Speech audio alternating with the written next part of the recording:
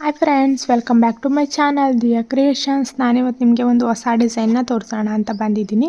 ಈಗ ಅದಕ್ಕೆ ಏನೇನು ಬೇಕು ಅಂತ ನೋಡ್ಕೊಳ್ಳೋಣ ಬನ್ನಿ. ಇಲ್ಲಿ ನಾನು 10 ನಂಬರ್ ನೀಡಲ್ ತೊಗೊಂಡಿದ್ದೀನಿ. ಹಾಗೆ ಈ ಥರ ಕಾಪರ್ ಬೀಡನ್ನ ತೊಗೊಂಡಿದ್ದೀನಿ. ಕಾಪರ್ ಜರಿ ಇದೆ ಸ್ಯಾರಿ ಫುಲ್, ಅದಕ್ಕಾಗಿ ಕಾಪರ್ ಬೀಡನ್ನ ತೊಗೊಂಡಿದ್ದೀನಿ. ಒಂದೇ ಒಂದು ಥರ ಬೀಡನ್ನ ತೊಗೊಳ್ತೀನಿ ಇಲ್ಲಿ. ಹಾಗೆ 6 ದಾರನ ರೆಡಿ ಮಾಡಿ ಇಟ್ಕೊಂಡಿದ್ದೀನಿ. ಈಗ ಟ್ರಯಲ್ ಮಾಡೋಣ ಯಾವ ಥರ. ನಾವೀಗ ಸ್ಟಾರ್ಟ್ ಮಾಡೋಣ. ಇಲ್ಲಿ ಫಸ್ಟ್ ಸ್ಟಾರ್ಟಿಂಗ್ 2 ಟೈಮ್ ಲಾಕ್ ಮಾಡ್ಕೊಳ್ಳೋಣ. ಲಾಕ್ ಮಾಡಿಬಿಟ್ಟು ಸ್ಟಾರ್ಟ್ ಮಾಡಬೇಕು. ಯಾವುದೇ ಡಿಸೈನ್ ಸ್ಟಾರ್ಟ್ ಮಾಡುವಾಗಲೂ 2 ಟೈಮ್ ಲಾಕ್ ಮಾಡಿ, ಆಗ ಬಿಚ್ಕೊಳ್ಳೋ ಚಾನ್ಸಸ್ ಇರೋದಿಲ್ಲ. ಹಾಗೆ ಲಾಸ್ಟಿಗೆ ಈ ನಾಟ್ನ ಗಮ್ ಪೇಸ್ಟ್ ಮಾಡಿಬಿಡಿ. ಇಲ್ಲಿ 2 ಲಾಕ್ ಆದ ತಕ್ಷಣ 1 2 ಚೈನ್ನ ಹಾಕ್ತೀನಿ. 2 ಚೈನ್ ಹಾಕ್ಬಿಟ್ಟು ಒಂದು ಬೀಡನ್ನ ತಗೊಳ್ತೀನಿ. ಈ ಥರ ಕಾಪರ್ ಬೀಡ್ ಏನು ತೊಗೊಂಡಿದ್ದೆ ಅದನ್ನು ತಗೊಂಡು 1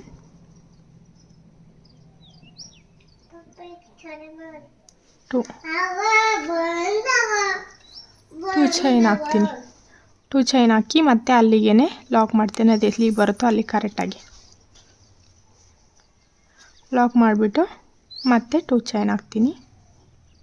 ಮತ್ತು ಅಲ್ಲಿಗೆ ಇನ್ನೊಂದು ಕಾಪರ್ ಬೀಡನ್ನ ಹಾಕ್ತೀನಿ. ಕಾಪರ್ ಬೀಡ್ ಹಾಕಿ ಮತ್ತೆ 1 ಚೈನ್ ಹಾಕ್ತೀನಿ. ಹಾಗೆ ಅದು ಎಲ್ಲಿ ಬರುತ್ತೋ ಅಲ್ಲಿಗೆ ಲಾಕ್ ಮಾಡ್ತೀನಿ.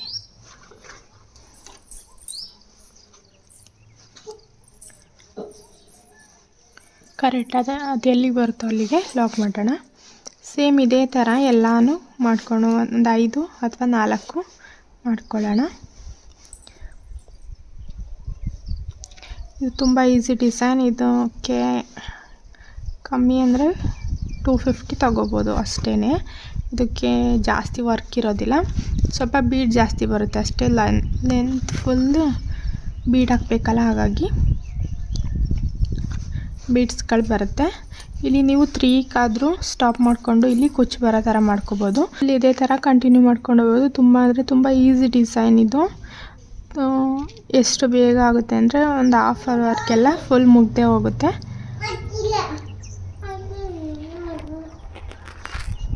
ಇದು ಬೀಡ್ ಹಾಕಿ ಒಂದು ಲಾಕ್ ಮಾಡ್ತೀವಲ್ಲ, ಅದನ್ನು ಕೂಡ ಚೈನ್ ಅಂತಲೇ. ಮತ್ತು ನೆಕ್ಸ್ಟ್ ಇನ್ನೊಂದು ಚೈನ್ ಹಾಕ್ಕೊಂಡು ಲಾಕ್ ಮಾಡೋದು.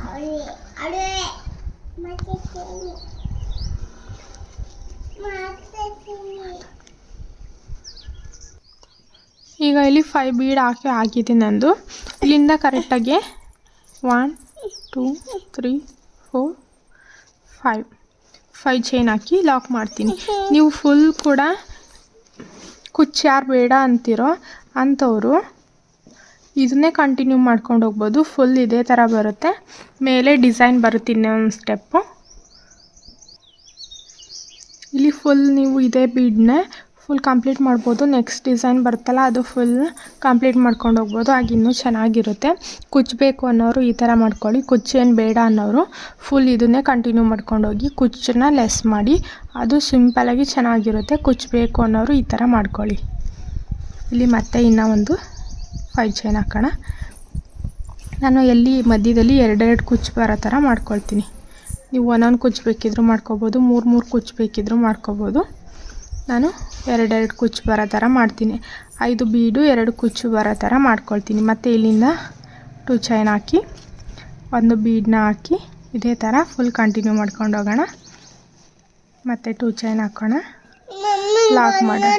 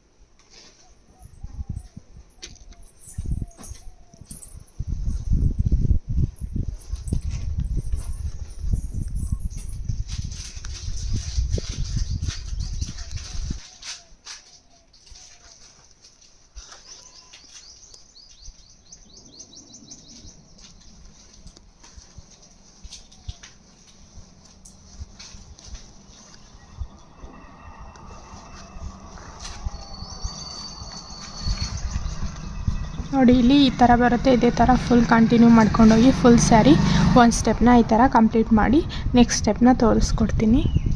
ನೋಡಿ ಇದೀಗ ಫುಲ್ ಕಂಪ್ಲೀಟ್ ಆಗಿದೆ. ಫುಲ್ ಸ್ಯಾರಿ ಇದೇ ಥರ ಫುಲ್ ಕಂಪ್ಲೀಟ್ ಮಾಡಿದ್ದೀನಿ. ಲಾಸ್ಟಿಗೆ 2 ಕುಚ್ಚು ಬಂದು 1 ಬೀಡ್ ಬಂದಿದೆ. ಇಷ್ಟಕ್ಕೆ ನಾನು ಎಂಡ್ ಮಾಡಿ 2 ಚೈನ್ ಎಕ್ಸ್ಟ್ರಾ ಹಾಕಿ ಸ್ವಲ್ಪ ದಾರ ಉದ್ದ ಬಿಟ್ಟು ಕಟ್ ಮಾಡಿದ್ದೀನಿ. ಈಗ ನೆಕ್ಸ್ಟ್ ಸ್ಟೆಪ್ ಯಾವ ಥರ ಹಾಕೋದು ಅಂತ ನೋಡ್ಕೊಳ್ಳೋಣ. ನೆಕ್ಸ್ಟ್ ಸ್ಟೆಪ್ನ ಇಲ್ಲಿ ಸ್ಟಾರ್ಟಿಂಗಿಂದ ಮತ್ತೆ ಸ್ಟಾರ್ಟ್ ಮಾಡೋಣ. ಇಲ್ಲಿ ಲಾಕ್ ಮಾಡಿದ್ವಲ್ಲ 2 ಲಾಕು, ಅಲ್ಲಿಗೆ ನಾನು ಇದನ್ನು ಲಾಕ್ ಮಾಡ್ಕೊಳ್ತೀನಿ. ಸೆಕೆಂಡ್ ಥ್ರೆಡ್ ಕೂಡ ಸೇಮ್ ಕಲರ್ ಥ್ರೆಡ್ನ ತೊಗೊಂಡಿದ್ದೀನಿ. ನೀವು ಬೇಕಿದ್ರೆ ಇನ್ನೊಂದು ಕಲರ್ ಬೇರೆ ಕಲರ್ ಬೇಕಿದ್ರೆ ತೊಗೋಬೋದು. 1 ಲಾಕ್ ಮಾಡಿದ್ದೀನಿ. ಇದನ್ನು ಗಮ್ ಮಾಡ್ತೀವಲ್ಲ ಆಗ ಸರಿ ಹೋಗುತ್ತೆ. ಇಲ್ಲಿಗೆ ನಾನು ಇಲ್ಲಿ 2 ಚೈನ್ ಏನು ಹಾಕಿದ್ವೋ ಅಲ್ಲಿಗೆ ಒಂದು ಸಿಂಗಲ್ ಕ್ರೋಶನ ಮಾಡ್ಕೊಳ್ತಿದ್ದೀನಿ. ಸಿಂಗಲ್ ಕ್ರೋಶ ಮಾಡಿ 1 2 3 ಚೈನ್ ಹಾಕ್ಕೊಳ್ತೀನಿ. ಅಲ್ಲಿಂದನೇ 1 ಟೈಮ್ ದಾರ ಸುತ್ಕೊಳ್ತೀನಿ. ಹಾಗೆ ಅಲ್ಲಿಂದ 2 ಚೈನ್ ಹಾಕಿದ್ದೀವಲ್ಲ ಅಲ್ಲಿಗೆ ನೀಡಲ್ನ ಹಾಕಿ ಎರಡರಲ್ಲೊಂದು ಡಬಲ್ ಕ್ರೋಶನ ಮಾಡ್ತೀನಿ. ಮತ್ತು 1 ಟೈಮ್ ದಾರ ಸುತ್ಕೋತೀನಿ. ಅದೇ ಸೇಮ್ ಗ್ಯಾಪ್ಗೆ ನೀಡಲ್ ಹಾಕಿ ದಾರ ತಂದು ಎರಡರಲ್ಲೊಂದು ಡಬಲ್ ಕ್ರೋಶ ಮಾಡ್ತೀನಿ. ಇಲ್ಲಿ 2 ಕಂಬ ಬೇಕಿದ್ರೆ 2 ಮಾಡ್ಕೋಬೋದು, 3 ಕಂಬ ಬೇಕಿದ್ರೆ 3 ಮಾಡ್ಕೋಬೋದು. ಸದ್ಯಕ್ಕೆ ನನಗೆ 2 ಸಾಕು. ಮತ್ತು 3 ಚೈನ್ ಹಾಕ್ತೀನಿ. 3 ಚೈನ್ ಹಾಕ್ಬಿಟ್ಟು ಪಿಕಾಟ್ ಮಾಡೋದು ಗೊತ್ತೇ ಇದೆಯಲ್ಲ, ಅದೇ ಥರ ಪಿಕಾಟ್ ಮಾಡ್ಕೊಳ್ಳೋಣ.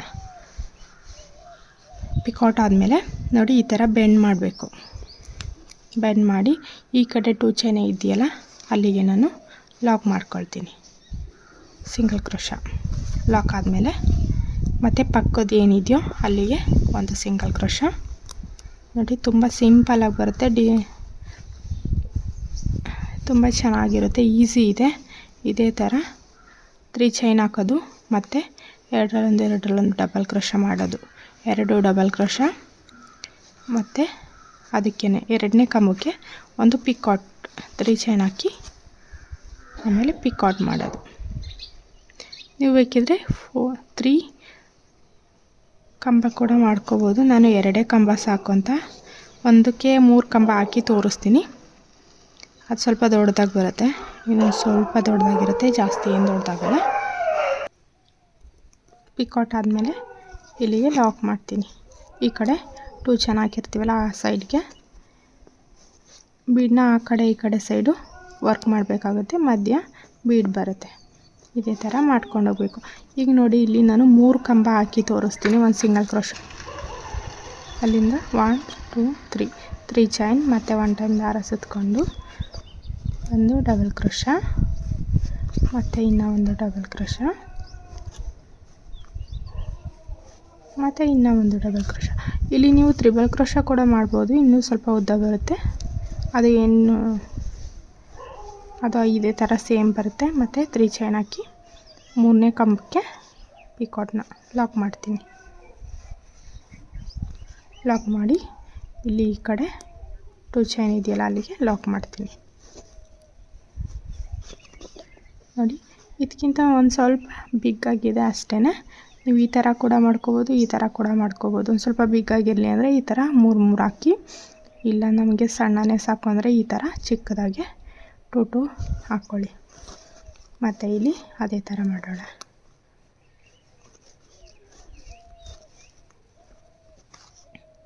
ತುಂಬ ದಿನ ಆಗಿತ್ತು ವೀಡಿಯೋಸೇ ಮಾಡಿರಲಿಲ್ಲ.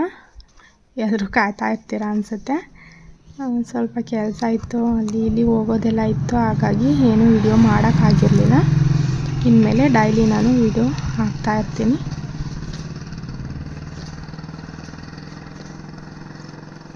ಇಲ್ಲಿ ನೋಡಿ ನಾನು ಮತ್ತೆ 3 ಕಂಬಗಳನ್ನೇ ಹಾಕ್ಕೊಂಡಿದ್ದೀನಿ. ಸ್ವಲ್ಪ ಬಿಗ್ಗಾಗಿದೆಯಲ್ಲ ಹಾಗಾಗಿ ಹೀಗೆ ಇರಲಿ ಅಂತ ಹಾಕ್ತಿದ್ದೀನಿ ನಾನು ಕೂಡ. ನೋಡೋಣ 5 ಹಾಕಿ ಯಾವ್ದು ಚೆನ್ನಾಗಿದೆ ಅಂತ ನೋಡೋಣ.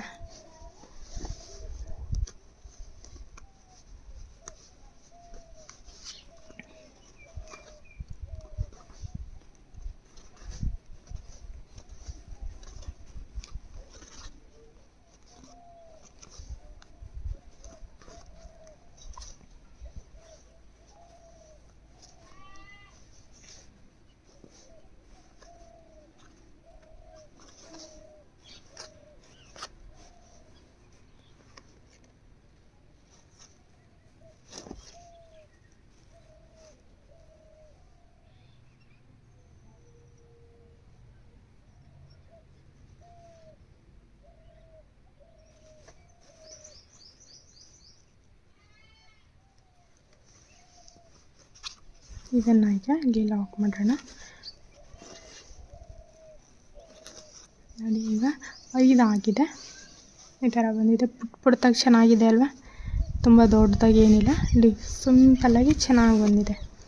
ಈಗ ನಾನು ಇಲ್ಲಿ ಈ ಸಿಂಗಲ್ ಕ್ರೋಶ ಇದೆಯಲ್ಲ, ಇಲ್ಲಿಗೆ ಇನ್ನೊಂದು ಸಿಂಗಲ್ ಕ್ರೋಶ ಮಾಡಿಬಿಡ್ತೀನಿ.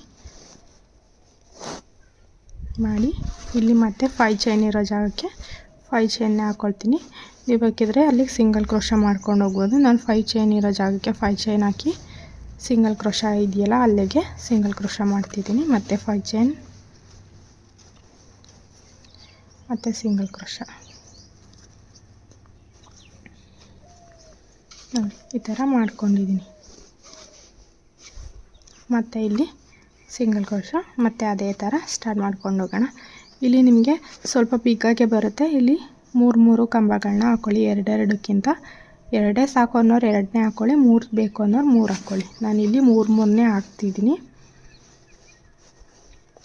3 ಚೈನ್ ಹಾಕ್ಕೊಂಡು 3 ಡಬಲ್ ಕ್ರೋಶಗಳನ್ನ ಮಾಡ್ಕೋಬೇಕು. 1 2 3 3ನೇ ಕಂಬಕ್ಕೆ ಪಿಕಾಟ್ ಮಾಡಬೇಕು. ಲಾಕ್ ಮಾಡಿ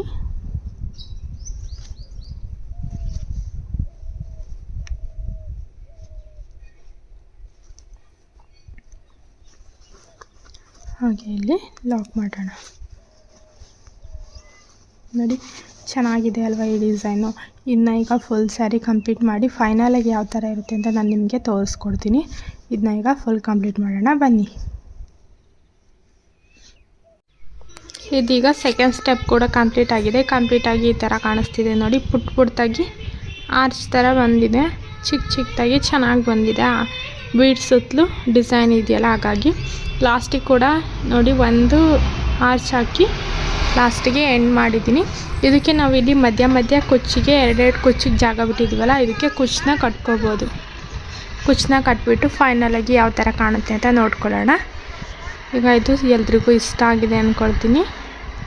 ತುಂಬ ಸಿಂಪಲ್ಲಾಗಿ ಬೇಕು ಅನ್ನೋರು ಈ ಥರ ಹಾಕ್ಕೋಬೋದು.